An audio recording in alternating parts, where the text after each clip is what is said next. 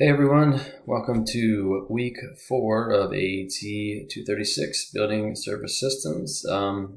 So in this week, we will go over part of chapter 2 of the book, as well as some additional readings and videos and so forth. So I'll go over I wanted to give you kind of an overview of some of the things that we'll go over out of the book. And we'll do the rest of chapter 2 at a later time, and we'll go over it at that time. So chapter 2 is entitled The House as a System. And this is a really important concept in building science, and all folks that work in buildings, in energy efficiency and green buildings and so forth. You have to understand that the house needs to be viewed as a building, as a system of interconnected parts. And the key word here is interconnected. When you change the operation or change something in one part of the house, it will change what's going on in other parts of the house. And we'll kind of get to that as we go throughout the semester.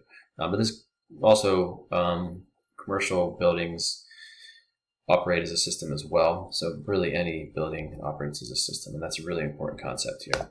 But the focus really for this week is on basic sort of heat transfer mechanisms, how heat moves throughout a building, and sort of how you can control that heat. So building science is basically the study of how, the interaction of all these systems and components in a building. And you can think of building science as the systems, including the occupants in the building.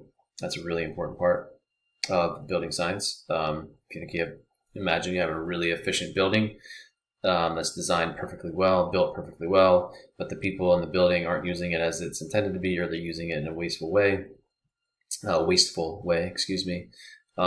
going to operate at its optimal efficiency. But also the exterior environment as well. The climate is a really important consideration for building science. So we'll go over sort of the basic principles of energy. This is actually a review from previous weeks, so you should already know this: potential and kinetic energy and energy units. We've kind of done that a lot in the last few weeks. We've gone over the first law of thermodynamics, and you'll go over the second law this week. First law, really easy to remember: energy can't be created or destroyed. The second law is much more complex. We won't get into all the details of it, but in terms of the most important results of the second law, for our purposes, are that heat will always move from areas of high temperature to low temperature, always. So that's a really fundamental principle, and it's absolutely essential to understand. Relates very closely to what we'll talk about this week in terms of heat transfer. Heat is going to move from areas of higher to lower temperature. The only way you can change that is by forcing the heat to go in a different direction. But left on its own, heat will always move from high to low temperature. So the really important implications for building science and for thermal management in a building is that basically in the cooling season, you're trying to prevent your heat from entering into the building because the heat wants to come in your building where it's cooler.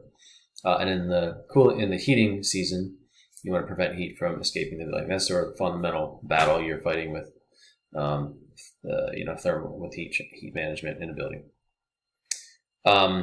Another corollary of the second law is that when you convert energy from one form to another, it's never 100% efficient. It's always less than 100% efficient. So that has some implications as well. We'll talk a little bit about temperature, the difference between heat and temperature. So temperature is actually the vibration of the molecules of a substance. So we measure that with a thermometer, but temperature is really, if you could sort of shrink down to a microscopic level, you would see that the molecules of everything is vibrating, anything above absolute zero, and that's its temperature. So the higher the temperature, the more it's vibrating. We'll go over the concept of heating degree days, and cooling degree days, which just give you a sense of how much heating and cooling is required in a geographic region. Again, we'll look at heat flow. We'll look at these three: conduction, convection, radiation, which are really basic. Hopefully very much a review for you, but we'll go over that. Right, so conduction is just physical contact between two substances, and that heat, that vibrational heat, or that vibrational energy, excuse me, is directly transferred between those two. So we'll go over that in a little more detail. And we'll go over some of the conductivities of different materials, how that relates to R value, R value being the resistance of heat flow, and how R value relates to U value. And mathematically it's really easy. The U value is the inverse of the R value. So R is 1 over U, and U is 1 over R. And we will also look at how you apply U value to calculate heat flow.